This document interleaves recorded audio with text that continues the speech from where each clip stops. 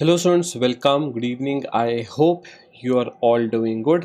तो स्टूडेंट्स, आज की हमारी इस क्लास में हम लोग कवर करेंगे सारी करंट अफेयर्स से जुड़ी हुई न्यूज़ 25 ऑफ अप्रैल से 1 अप्रैल का जो पूरा ये वीक था। तो हम लोग हर मंडे शाम को 6 बजे, ठीक है, 6 PM स्टूडेंट्स हमारी ये वाली क्लास होती है। हमारा मेन मोटिव एक ही है कि जो भी पिछले पूरे वीक की सबसे इम्पॉर्टेंट न्यूज़ है ना, मैं आपको वो न्यूज़ करवाने की कोशिश करूँ, ठीक है। ये हमारा यहाँ पर मेन मोटिव होता है। तो पिछले हफ्ते में जितनी इंपॉर्टेंट न्यूज़ आई थी सभी मैं आपको इस क्लास में करा दूंगा। और ये क्लास स्टूडेंट्स हम हर मंडे रख रहे हैं, एवरी मंडे 6 PM, ठीक है। तो आप लोग पुराने वीक्स की भी अगर देखना चाहते हो, रिवीजन करना चाहते हो, आपको यूट्यूब चैनल पे वीडियो सेक्शन में सारी क्लासेस मिल जाए, ठीक है। एक बार मैं जल्दी से देख लूँ कि क्या क्लास की ऑडियो वीडियो ठीक आ रही है। तो मैं जितनी इंपॉर्टेंट न्यूज़ आई थी सभी मैं आपको इस क्लास में, ठीक है स्टूडेंट। मेरी तरफ से तो क्लास की ऑडियो वीडियो बिल्कुल ठीक है, उसमें कोई भी प्रॉब्लम नहीं है। शुरू करते हैं हमारी आज की क्लास को। Full week current affairs revision class in news format, ठीक है। तो हम क्वेश्चंस वगैरह तो करते रहते हैं, पर न्यूज़ फॉर्मेट के लिए एक यही क्लास है जो हमने रखी है एवरी मंडे इवनिंग 6 PM। शुरू करते हैं इस क्लास को। आज की स्टूडेंट्स हमारी फर्स्ट न्यूज़। तो इंडिया ने आज से कुछ दिन पहले एक गिनीज वर्ल्ड रिकॉर्ड क्रिएट किया। एक साथ 78,220 नेशनल फ्लैग्स को लोगों ने वेव किया, इस तरह से फहराया झंडे को, हमारे नेशनल फ्लैग को। और ये सब इंडियंस थे। ये एक रैली के दौरान किया गया। समझ लेते हैं हुआ क्या। रैली नहीं, सॉरी, एक इवेंट था। India created history by entering the Guinness book of world records. एक साथ साइमल्टेनियसली 78,220 नेशनल फ्लैग्स को यहाँ पर वेव किया गया। ये सब हुआ 23 अप्रैल को। हमारी कंट्री के होम मिनिस्टर अमित शाह जी, वो भी यहाँ पर प्रेजेंट थे, ठीक है। इवेंट का नाम था वीर कुंवर सिंह विजयोत्सव प्रोग्राम। ये हो रहा था भोजपुर, बिहार में। वहाँ पर असल में ये रिकॉर्ड क्रिएट किया गया। अब अगर आप कोई गिनीज वर्ल्ड रिकॉर्ड क्रिएट करना चाहते हो या पुराना जो बना हुआ रिकॉर्ड उसको तोड़ना चाहते हो, तो ऐसा नहीं कि आपने कुछ भी कहीं भी कर लिया उसकी वीडियो बना के भेज दिया। ऐसा नहीं, आपको पहले ही इन्फॉर्म करना होता है Guinness book of world records की जो टीम होती है उनको, कि हम लोग इस तरह से अटेम्प्ट करेंगे। ये जो हमने रिकॉर्ड बनाया, हमने किसी का रिकॉर्ड तोड़ा ही, किसी एक कंट्री ने पहले ऐसा किया था, हमने उनका रिकॉर्ड तोड़ा। तो Guinness book of world record से जो ऑफिशियल्स थे वो यहाँ पर प्रेजेंट थे। उन्होंने काउंटिंग वगैरह सब कुछ अपने हिसाब से किया और उसके बाद उन्होंने कंफर्म किया कि हाँ, ये रिकॉर्ड इंडिया ने बना दिया। ऑफिशियली उन्होंने नाम दिया इस रिकॉर्ड का the most people waving flags. इस रिकॉर्ड को अचीव किया मिनिस्ट्री ऑफ होम अफेयर्स और ministry of culture, government of India ने। इस रिकॉर्ड को जो बनाया गया, इसको भी आज़ादी के अमृत महोत्सव के साथ जोड़ देगा। आपको पता है इस साल 15 अगस्त को सबसे मेन इवेंट है आज़ादी के अमृत महोत्सव का, क्योंकि 75 ईयर्स ऑफ इंडिपेंडेंस पूरे हो जाएंगे, ठीक है। आप कहोगे कि वो हो नहीं गए पिछले साल। पिछले साल 75th इंडिपेंडेंस डे तो था 2021 में, पर ईयर ऑफ इंडिपेंडेंस 74 पूरे हुए थे। इस साल 76th एडिशन होगा इंडिपेंडेंस डे का, पर ईयर्स ऑफ इंडिपेंडेंस 75 पूरे हो जाएंगे, ठीक है। तो इस साल 75 ईयर्स ऑफ इंडिपेंडेंस पूरे हो रहे हैं, उसके लिए आज़ादी का अमृत महोत्सव जो इवेंट है इसको रखा गया। पिछले साल ही शुरू हो गया था। इस साल 15 अगस्त को सबसे मेन इवेंट और अगले साल तक चलेगा। इतना बड़ा ये फेस्टिवल होगा, ठीक है। ठीक है, हमने रिकॉर्ड किसका तोड़ा? हमने रिकॉर्ड तोड़ा नेबरिंग कंट्री पाकिस्तान का। आज से 18 साल पहले पाकिस्तान में 56,000 लोगों ने अपना नेशनल फ्लैग साइमल्टेनियसली वेव किया था। लाहौर, जो कि इनकी पंजाब प्रोविंस की कैपिटल है, वहाँ पर असल में ये हुआ था, ठीक है। तो गिनीज वर्ल्ड रिकॉर्ड्स क्या? गिनीज वर्ल्ड रिकॉर्ड्स असल में एक वैसे तो देखा जाए तो एक बुक है, एक US बेस्ड ये ऑर्गेनाइजेशन है जो दुनिया भर के जो रिकॉर्ड्स हैं उनको अपने यहाँ पर रजिस्टर करते हैं, ठीक है। आगे चलते हैं। एक सेकंड, जल्दी से मैं देख लूँ कि क्या सब कुछ क्लियर है, कोई प्रॉब्लम तो नहीं आ रही। मुझे तो अपनी से ठीक ही लग रहा है।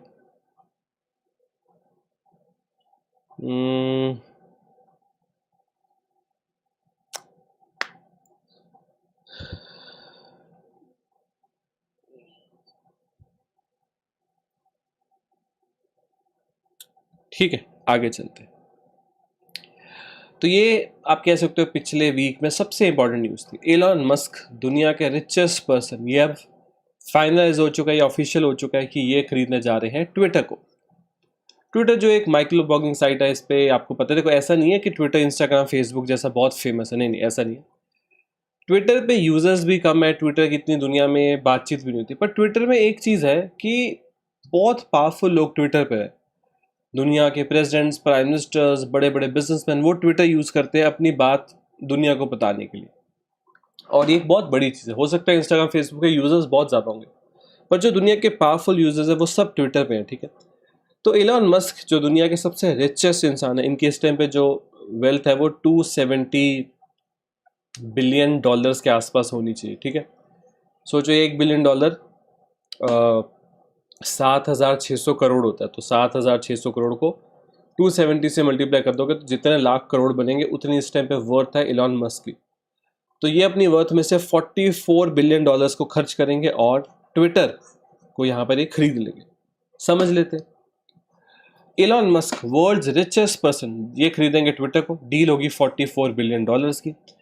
$1 बिलियन अगर मान लो 7,600 करोड़, तो $10 बिलियन हुआ 76,000 करोड़, $20 बिलियन हुआ 1.5 लाख करोड़, और $40 बिलियन हुआ 3 लाख करोड़, और उसमें और 4 बिलियन ऐड करो तो ये हुआ 3.3 लाख करोड़ रुपए के आसपास। इतनी बड़ी ये डील होने वाली है, जिस डील में एलन मस्क असल में परचेज करेंगे यहाँ पर ट्विटर को, ठीक है। 3.3 लाख करोड़ रुपीस की ये डील होने वाली, ठीक है। ट्विटर ने ना खुद इस चीज़ को अब कंफर्म कर दिया। पहले तो जब जैसे एलन मस्क ने तो काफ़ी टाइम से बोल दिया था कि मैं ट्विटर को खरीदना चाहता हूँ, पर ट्विटर एज अ कंपनी मना कर रही थी। पर 25 अप्रैल 2022 को जो ट्विटर है उन्होंने अनाउंस कर दिया कि हाँ ये डील इस तरह से हो रही है और एलन मस्क पूरे ट्विटर जो कंपनी है इसको यहाँ पर खरीद लेंगे। एलन मस्क ने बड़ी सारी अनाउंसमेंट कर दिया कि ट्विटर में काफ़ी सारी चीज़ें ठीक होनी चाहिए, जैसे फ्री स्पीच। अगर कोई मान लो ट्विटर के अगेंस्ट भी बोल रहा है तो उसको भी आपको हटाना नहीं। अगर कोई किसी के अगेंस्ट बोल रहा है, जैसे ट्विटर ने डोनाल्ड ट्रंप को हटा दिया था, तो एलन मस्क बोल रहे हैं कि ये तो गलत है, आप सबको बोलने दो। कोई ऐसा नहीं है कि किसी की स्पीच आप रिस्ट्रिक्ट करो। हाँ, कोई अगर गलत लैंग्वेज, गलत वर्ड यूज़ करे आप उसको रिस्ट्रिक्ट करो, पर अगर कोई इंसान अपनी बात बोलना चाहता है आप उसको ब्लॉक वगैरह मत करो। तो एलन मस्क बोल रहे हैं मैं ये करूँगा जब मैं ट्विटर को पूरा मैं एक्वायर कर लूँगा। फिर ट्विटर किस तरह से काम करता है, ट्विटर के बैक स्टेज में, मतलब जैसे क्या एल्गोरिथम्स यूज़ की जाती है, किस तरह से ट्वीट्स आपको दिखते हैं, वो अभी तक ट्विटर ने प्राइवेट रखा होता है। एलन मस्क बोले वो भी पब्लिकली अवेलेबल हो जाएगा। सबको बताऊंगा कि किस तरह से ट्विटर काम करता है, क्या क्या यहाँ पर और चीज़ें अच्छी की जा सकती हैं। फिर इन्होंने आज से कुछ टाइम पहले ट्विटर पे एक ट्वीट कर दिया कि क्या आप लोगों को ट्विटर में एडिट बटन चाहिए। तो जैसे अगर आप कुछ ट्वीट करते हो, कुछ लिखते हो, तो बाद में आप उसको चेंज नहीं कर सकते, डिलीट कर सकते हो, चेंज नहीं कर सकते। तो इन्होंने बोला कि क्या एडिट होना चाहिए, लोगों से पूछ रहे, ठीक है। तो इनका प्लान पहले ही आ गया था कि ट्विटर को यहाँ पर खरीद लेंगे। अभी ऑफिशियल डील की तरफ आगे बढ़ रहे हैं। सबसे ज़्यादा इन्होंने जोर फ्री स्पीच पे दिया। इन्होंने बोला कि कोई मेरे अगेंस्ट भी बोलेगा ना चाहे, फिर भी मैं उसको ट्विटर से ब्लॉक नहीं होने दूंगा, ठीक है। और जैसे अब तक ट्विटर एज अ कंपनी आपको उसके शेयर मार्केट में मिल जाएंगे, पर अब एलन मस्क जब इसको खरीद लेंगे फिर ये कंपनी पब्लिकली ट्रेड नहीं हुआ करेगी, शेयर्स नहीं मिला करेंगे, फिर एक प्राइवेट कंपनी हो जाएगी। सिर्फ एलन मस्क के पास सारे शेयर्स होंगे ट्विटर के, ठीक है। ठीक है, तो ट्विटर के बारे में थोड़ा सा जान लेते हैं। एक अमेरिकन माइक्रो ब्लॉगिंग और सोशल नेटवर्क की वेबसाइट है। इसमें लोग ज़्यादातर ट्वीट्स लिखते हैं, वो बताते हैं वो क्या फील कर रहे हैं, और फिर बाकी जो उनके फॉलोअर्स वगैरह वो कई बार रीट्वीट करते हैं, रिएक्ट करते हैं। अभी के लिए सीईओ एक इंडियन ओरिजिन के अमेरिकन पराग अग्रवाल है, पर जब एलन मस्क ट्विटर को पूरा एक्वायर कर लेंगे तो मोस्ट प्रॉब्ली पराग अग्रवाल को जाना पड़ेगा। एलन मस्क इनको सीईओ नहीं रखेंगे। और उसके अलावा ट्विटर को फाउंड किया गया था 2006 में कैलिफोर्निया यूएसए में। हेडक्वार्टर्स इसके आज भी वहीं है कैलिफोर्निया यूएसए में। इसके फाउंडर्स जैक डॉर्सी, बिस्टोन, ये सब लोग हैं। इसमें से जैक डॉर्सी खुद जो फाउंडर ट्विटर की, खुद बहुत लंबे टाइम तक सीईओ भी रहे। पराग अग्रवाल से पहले जैक डॉर्सी खुद ही सीईओ का काम संभाल रहे थे आप, ठीक है। ठीक है, ये जो एग्रीमेंट है काफ़ी न्यूज़ में रहा पिछले हफ्ते। दिल्ली की सरकार और पंजाब की सरकार एक नॉलेज शेयरिंग एग्रीमेंट को साइन करेगी, क्योंकि आपको पता है दोनों जगह आम आदमी पार्टी की सरकार है। आज से कुछ दिन पहले भगवंत मान पहुंचे दिल्ली, दिल्ली के स्कूल्स, दिल्ली के हॉस्पिटल्स, इन सब का विजिट किया। और उसके बाद उन्होंने बोला कि देखो बहुत सारी चीज़ें हैं जहाँ पर पंजाब दिल्ली से ही सीख सकता है, कुछ चीज़ों पे दिल्ली भी पंजाब से सीख सकता है, पर ज़्यादा जगह हम सीख सकते हैं दिल्ली से। तो हम एक नॉलेज शेयरिंग एग्रीमेंट को साइन कर लेंगे, जिससे बहुत सारी नॉलेज दोनों स्टेट्स या फिर एक ही स्टेट और एक यूटी और दूसरी स्टेट के बीच में ट्रांसफर की जा सकती है, ठीक है। ये मेन सोच है। सबका विजिट किया, ठीक है, आपको दिखाता हूँ। Delhi and Punjab government signed a unique knowledge sharing agreement on 26 अप्रैल 2022। इस एग्रीमेंट को दिल्ली के चीफ मिनिस्टर अरविंद केजरीवाल और पंजाब के इस टाइम के चीफ मिनिस्टर भगवंत मान जी ने साइन किया। और आपको बताइए, क्योंकि दोनों आम आदमी पार्टी से, तो आम आदमी पार्टी के लिए बहुत बड़ी चीज़ थी। दिल्ली के सीएम और आम आदमी पार्टी के जो नेशनल कन्वीनर है अरविंद केजरीवाल जी, उन्होंने बोला कि ये नॉलेज शेयरिंग एग्रीमेंट एक बहुत अच्छी चीज़ है। वैसे भी अगर आप एक चीज़ देखो, जैसे मान लो किसी चीज़ में केरला अच्छा है, किसी में राजस्थान अच्छा है, किसी चीज़ में वेस्ट बंगाल अच्छा है, अगर स्टेट्स एक दूसरे के साथ ऐसे एग्रीमेंट साइन करें, ये सच में बहुत बेनिफिशियल होगा। केरला सिखा सकता है गवर्नेंस, वेस्ट बंगाल फिशिंग में बाकी स्टेट्स को मदद कर सकता है, Rajasthan solar, Rajasthan Gujarat solar energy में मदद कर सकते हैं, विंड में मदद कर सकते हैं। पर क्योंकि ऐसा होता है कि सेम सरकारें नहीं होती, अलग अलग पॉलिटिकल पार्टीज की सरकारें होती है अलग अलग स्टेट में, तो इस तरह का एग्रीमेंट साइन करना बड़ा ही मुश्किल चीज़ है। यहाँ पर भी इसलिए साइन हो गया क्योंकि आम आदमी पार्टी गवर्नमेंट है पंजाब में भी और दिल्ली में। Hello Pinky, welcome, good evening. ठीक है, आई होप आप इस चीज़ को समझ पाए। तो इन्होंने बताया 18 चीज़ें लिखी हैं कि किस चीज़ों पे क्या हमने सीखना क्या एक दूसरे से, दिल्ली और पंजाब एक दूसरे से सीखेंगे।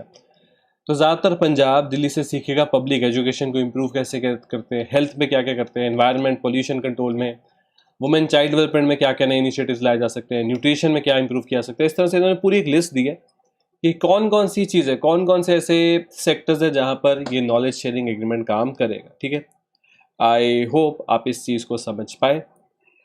नेक्स्ट न्यूज़ जो हमको आज की क्लास में डिस्कस करनी है, आज से कुछ दिन पहले 26 अप्रैल को था international Chernobyl disaster remembrance day. हर साल ये दिन 26 अप्रैल को ऑब्जर्व किया जाता है। ऐसे दिन सेलिब्रेट नहीं जाते, ऑब्जर्व किए जाते हैं। 26 अप्रैल 1986 ये वो दिन था जब एक शहर जिसका नाम था चेरनोबिल, आज ये शहर आपको यूक्रेन में मिलेगा, पर 1986 में यूक्रेन नहीं होता था, तब होता था सोवियत यूनियन, यूएसएसआर। तब ये शहर यूएसएसआर का शहर था। वहाँ पर एक न्यूक्लियर पावर प्लांट था जिसमें से एक रिएक्टर में, न्यूक्लियर पावर प्लांट के एक रिएक्टर में ऐसा ब्लास्ट हुआ कि सब कुछ ही टूट गया। ठीक है, और इतना सारा रेडियो एक्टिव मटीरियल हर जगह फैल गया जो इंसान के लिए एक तरह से बस कार्सिनोजेनिक है, डेथ है इंसान के लिए रेडियो एक्टिव मटीरियल। ठीक है, तो ये बहुत ही खराब इंसिडेंट था। Hello Nikhil, welcome, good evening. समझते international Chernobyl disaster remembrance day हर साल ऑब्जर्व किया था 26 अप्रैल को। दुनिया को याद ये रखवाना है कि 1986 में चेरनोबिल डिजास्टर था क्या और न्यूक्लियर एनर्जी के खतरे क्या होते हैं। ठीक है, ठीक है, अब समझते हुआ क्या। देखो 1977 का टाइम था। हुआ क्या, चेरनोबिल न्यूक्लियर पावर प्लांट, इसको बनाया गया था और इसका मेन काम था बिजली देने का। किसको बिजली देता था? चेरनोबिल शहर के पास में एक बड़ा शहर था, प्लांट सिटी प्रिप्यात। तो ये चेरनोबिल हो गया छोटा सा शहर, बगल में एक बहुत बड़ा शहर था प्रिप्यात। तो चेरनोबिल से न्यूक्लियर पावर प्लांट प्रिप्यात को बिजली देता ताकि वहां पर जो भी रिक्वायरमेंट है बिजली की वो पूरी की जा सके। ठीक है, यहाँ तक तो काफ़ी नॉर्मल चीज़ है। ठीक है, 1977 में इस न्यूक्लियर पावर प्लांट ने काम करना तो शुरू कर दिया, पर इसके कुछ ही साल बाद 1982 में इस न्यूक्लियर पावर प्लांट में एक एक्सीडेंट हुआ।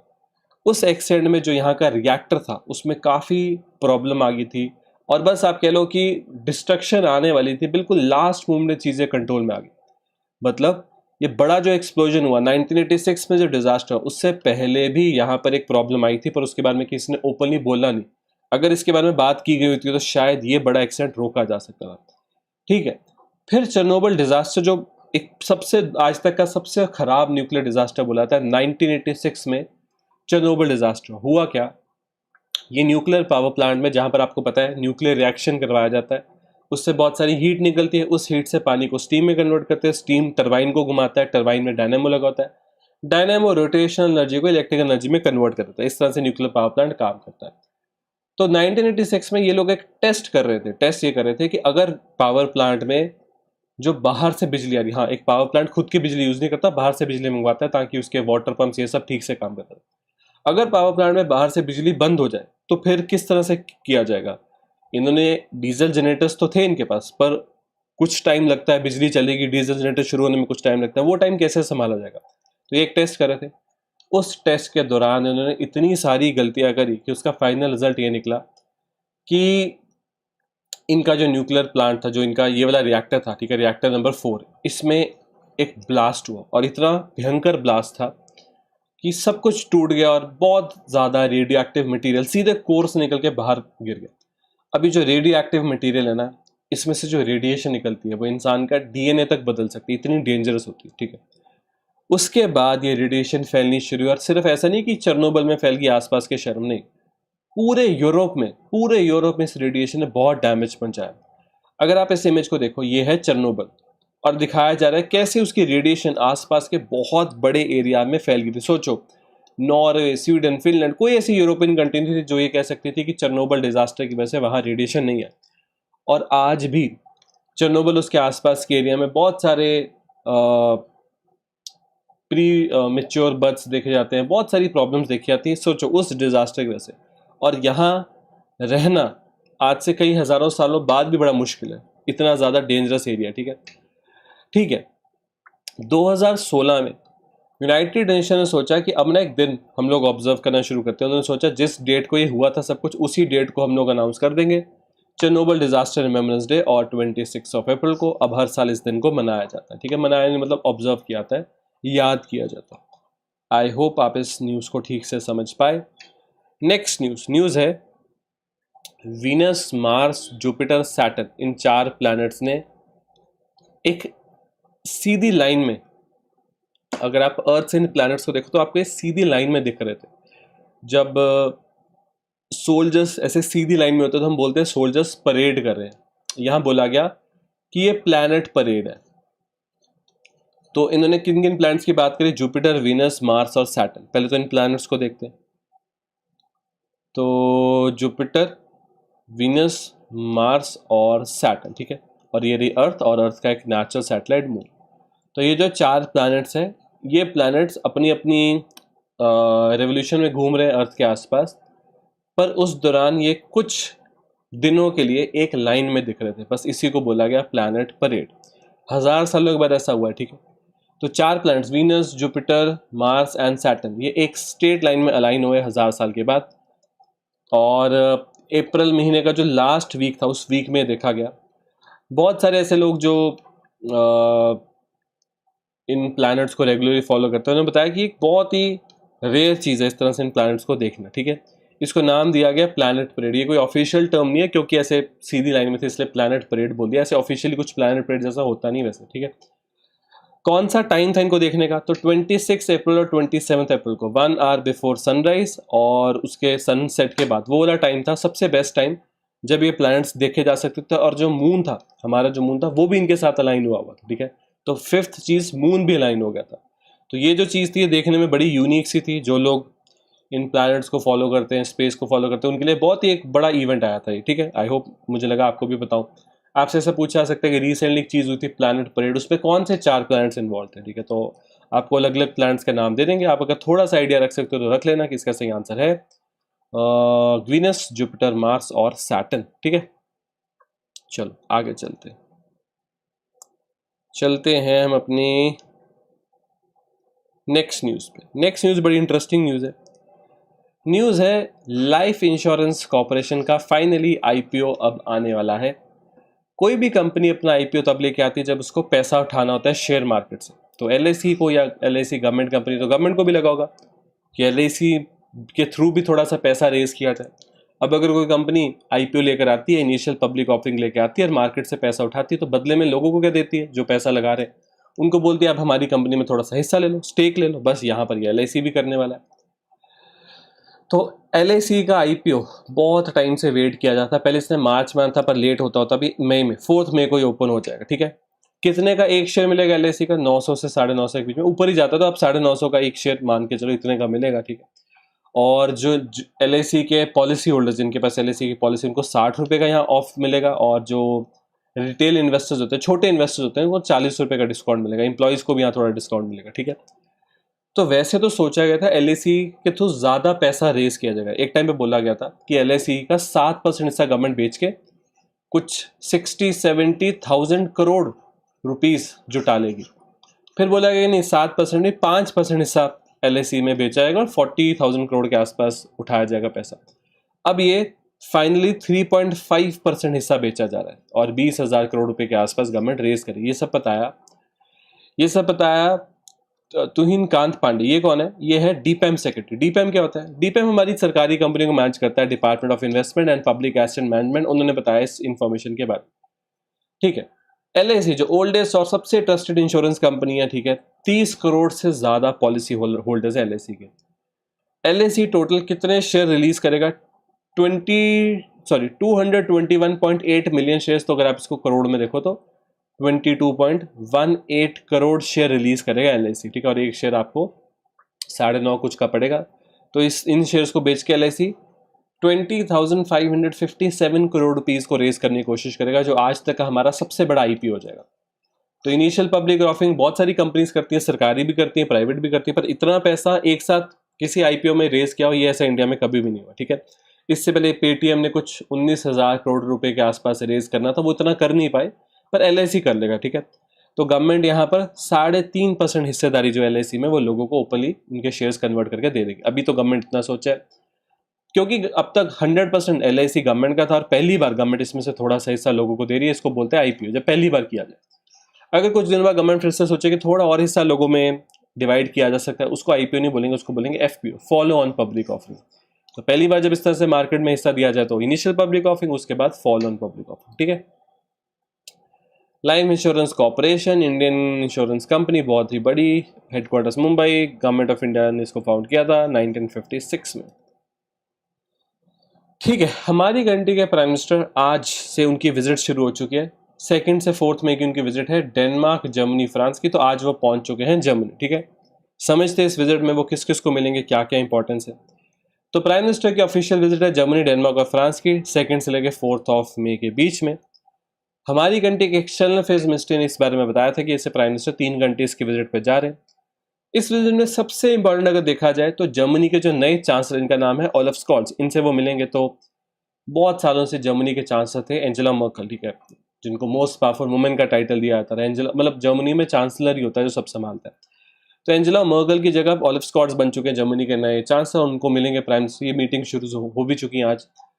फिर प्राइम मिनिस्टर जाएंगे डेनमार्क, तो पहले जर्मनी फिर डेनमार्क, डेनमार्क के प्राइम मिनिस्टर सबको मिलेंगे, और उसके बाद वो वापस आते आते इंडिया कुछ देर के लिए जाएंगे फ्रांस, क्योंकि फ्रांस को नए प्रेसिडेंट मतलब प्रेसिडेंट रीअपॉइंट हो गए फ्रांस में, इलेक्शन जीत के इमैनुअल मैक्रोन फिर से आ गए, ठीक है। तो ये 3 कंट्रीज के विजिट पे यहाँ पर हमारी कंट्री के प्राइम मिनिस्टर जा रहे हैं। इन कंट्रीज का अच्छे रिलेशन बनाना और फॉरेन पॉलिसी में क्या किया जा सकता है, ट्रेड में क्या किया जा सकता है, इन सब चीज़ों पे डिस्कशन की जाएगी, ठीक है।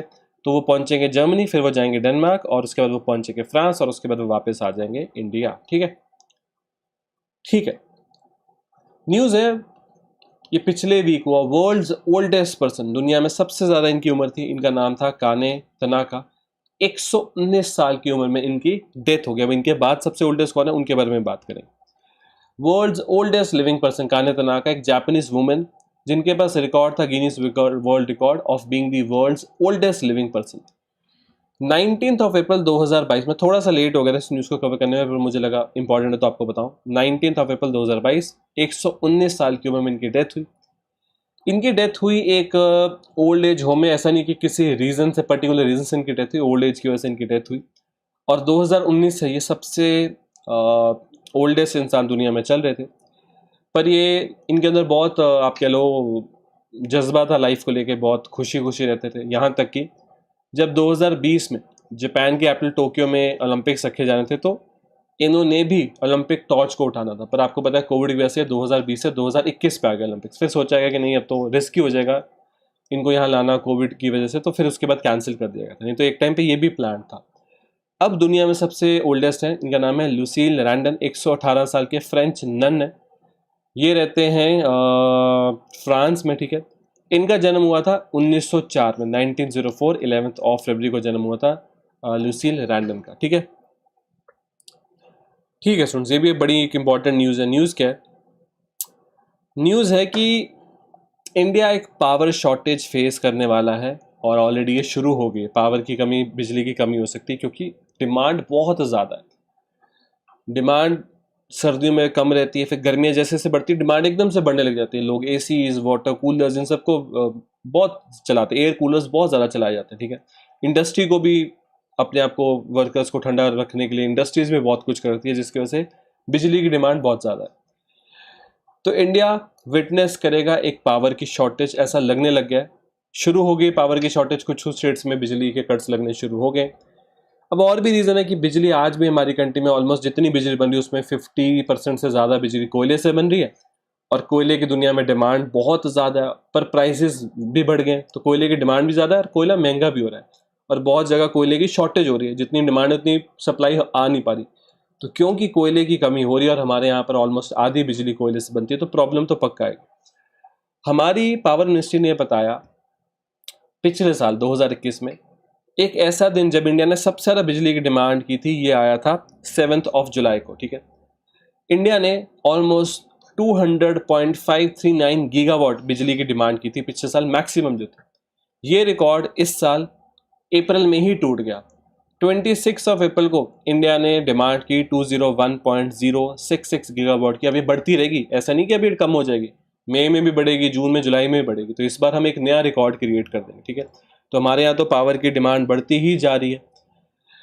ऐसा इसको देखते हुए हमारे होम मिनिस्टर अमित शाह जी, हमारे पावर मिनिस्टर आर.के. सिंह, कोल मिनिस्टर प्रहलाद जोशी और रेलवे मिनिस्टर अश्विनी वैष्णव, इन चारों लोगों ने मीटिंग करी और सोचा कि क्या करें, क्या किस तरह से करें। और एक चीज़ मेक श्योर करी कि जैसे जितना कोयला है वो ठीक से रेलवे सारे थर्मल पावर प्लांट्स तक पहुंचाए, और जो पावर प्लांट्स जो है वो ठीक से उस कोयले को यूज़ करके बिजली ठीक से बनाए और उस बिजली को लोगों तक पहुंचाया जाए, ताकि जो बेस्ट किया जा सकता है वो करें। कट्स थोड़े बहुत बिल्कुल लगाने पड़ेंगे, क्योंकि एकदम से डिमांड इतनी ज़्यादा बढ़ गई है, इसको पूरा करना थोड़ा सा मुश्किल हो रहा है, ठीक है।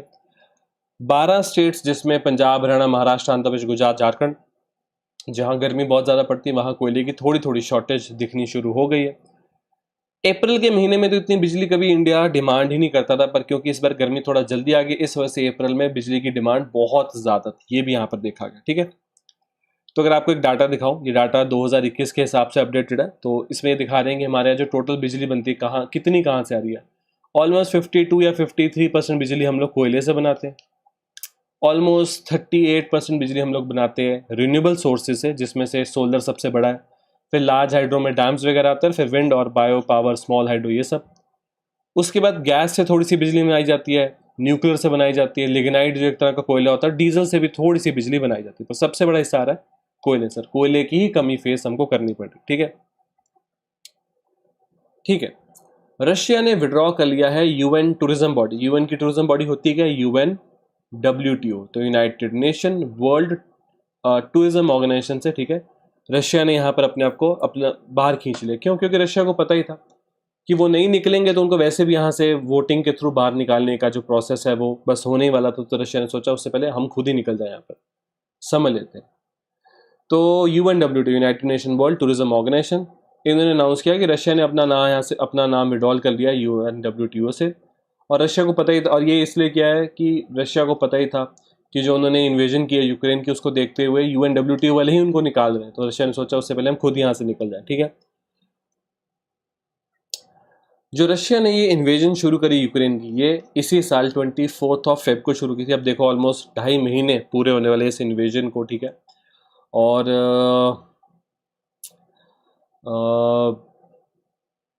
मतलब अभी एक ऐसा चीज़ है कि अभी ये वॉर ना एक फंस गई है, ठीक है। यूक्रेन अपना सारा एरिया बचाने की कोशिश कर रहा है, यूक्रेन की फोर्सेस लड़ रही हैं, रशिया भी सब कुछ कर रहा है, पर अब ये वॉर एक तरह से फंस गई। तो ये बहुत लंबी चल सकती है, अगर ऐसा जिस तरह से चल रहा है कई महीनों तक ये वॉर चलती रहेगी। और अभी तक ही इतने सोल्जर्स, इतने सिविलियंस की डेथ रिपोर्ट की गई, तो ये तो बहुत डेंजरस होता रहेगा जिस तरह से वॉर आगे बढ़ती रहेगी, ठीक है। UNWTO, United Nation World Tourism Organisation, इसके हेडक्वार्टर है स्पेन की कैपिटल मैड्रिड में, फाउंड किया गया था 1946 में। तो दुनिया भर में जो टूरिज्म वगैरह उसको प्रमोट करने का काम है UNWTO का, ठीक है। ठीक है, रिलायंस इंडस्ट्रीज RIL हमारी कंट्री की पहली कंपनी बन चुकी है, रिलायंस इंडस्ट्रीज, जिसकी मार्केट कैपिटलाइजेशन 19 लाख करोड़ की हो चुकी।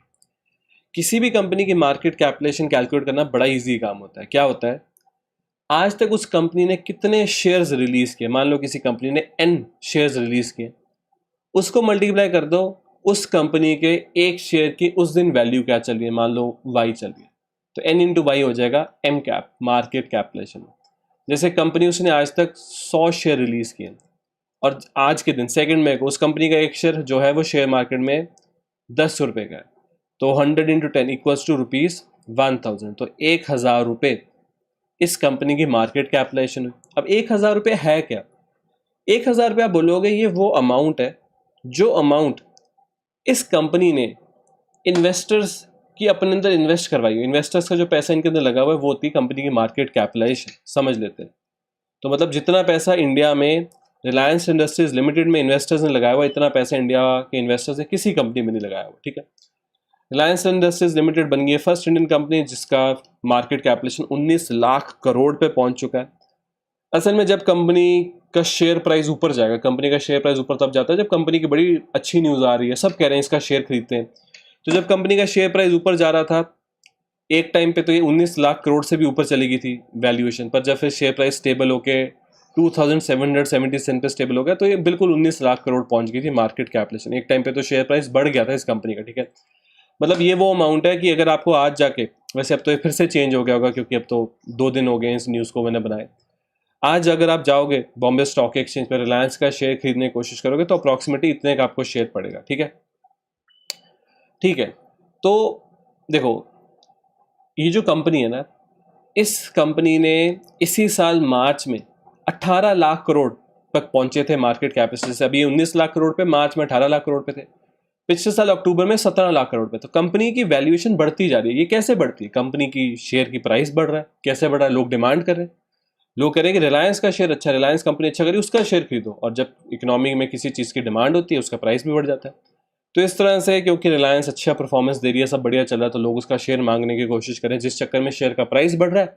और मैंने आपको बताया कि मार्केट कैपिटलाइजेशन में क्या होता है, नंबर ऑफ शेयर रिलीज वो तो नहीं बढ़ रहे, पर शेयर प्राइस बढ़ता जा रहा है, जिसकी वजह से एम कैप भी इनका स्ट्रॉन्ग होता जा रहा है, ठीक है।